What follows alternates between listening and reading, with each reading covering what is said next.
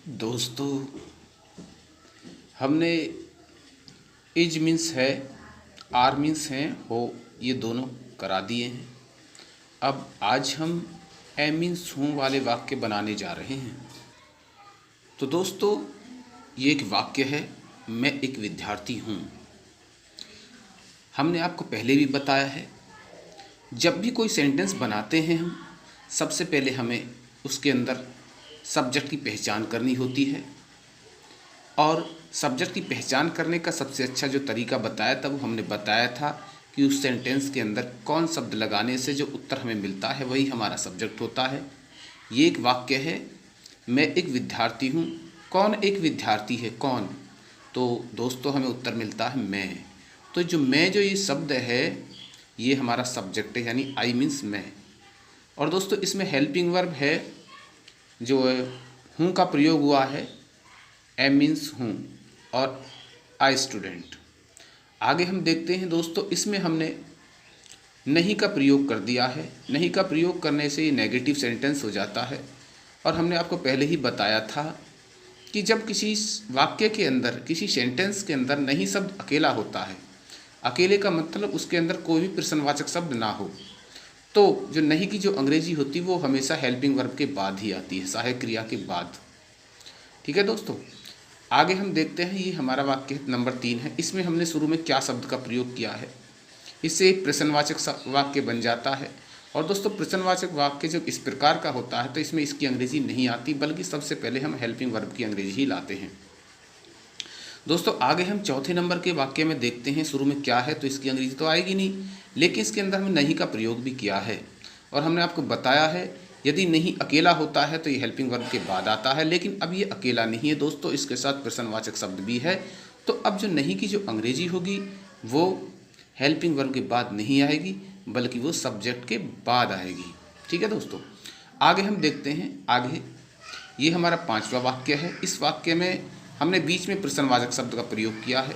और जब किसी भी सेंटेंस में प्रश्नवाचक शब्द बीच में होता है तो सबसे पहले हम उसी की अंग्रेजी लाते हैं दोस्तों, और उसको तुरंत बाद हम हेल्पिंग वर्ब लगाते हैं। हेल्पिंग वर्ब किसी भी सेंटेंस की कुछ भी हो सकती है। तो दोस्तों यहाँ हेल्पिंग वर्ब यानी एम है, यानी हूँ है। आगे हम देखते हैं दोस्तों, मैं एक विद्यार्थी कैसे नहीं हूँ, यानी हमने प्रश्नवाचक शब्द का प्रयोग भी किया है तथा उसके साथ साथ हमने नहीं शब्द का भी प्रयोग किया है। तो दोस्तों जब ऐसी सिचुएशन होती है तो अगर बीच में प्रश्नवाचक शब्द होता है सबसे पहले उसी की अंग्रेजी आती है, उसके तुरंत बाद हेल्पिंग वर्ब आती है। और दोस्तों जब उस सेंटेंस के अंदर नहीं शब्द भी होता है तो वो हमेशा सब्जेक्ट के बाद ही आता है, क्योंकि इसके साथ प्रश्नवाचक शब्द हैं। तो अब ये सब्जेक्ट के बाद, यानी जो सिचुएशन यहाँ पे होती वही सिचुएशन नहीं के लिए इसी में होगी दोस्तों। तो दोस्तों ये वाक्य है, मैं एक विद्यार्थी हूँ, आई एम ए स्टूडेंट। मैं एक विद्यार्थी नहीं हूँ, तो आई एम नॉट, यानी हेल्पिंग वर्ब के बाद नॉट आई है, क्योंकि ये नहीं अकेली है।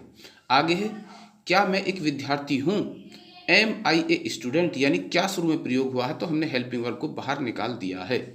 आगे देखिए दोस्तों, इसमें हमने क्या का प्रयोग भी किया है तथा साथ में नहीं का प्रयोग भी किया है।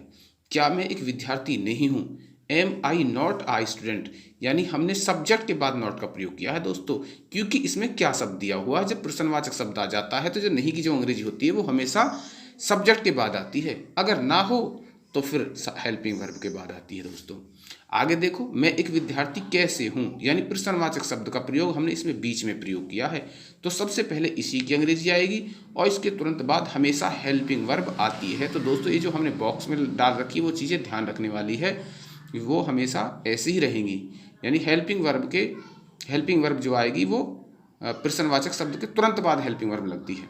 और आगे दोस्तों देखते हैं, मैं एक विद्यार्थी कैसे नहीं हूँ, तो how am I not a student, यानी नहीं भी है इसमें और प्रश्नवाचक शब्द भी है, तो सब्जेक्ट के बाद तो नॉट आएगी और इसके तुरंत बाद यानी कैसे के तुरंत बाद हाउ के बाद हमेशा हेल्पिंग वर्ब लगेगी। तो दोस्तों हमें आशा है कि ये वाक्य आपके बहुत ही इजी तरीका से समझ में आ गए होंगे। और अब अगला जो सेंटेंस लेंगे हम वॉज वाला स्टार्ट करेंगे अब आगे। थैंक यू दोस्तों, देखते रहिए इसी प्रकार।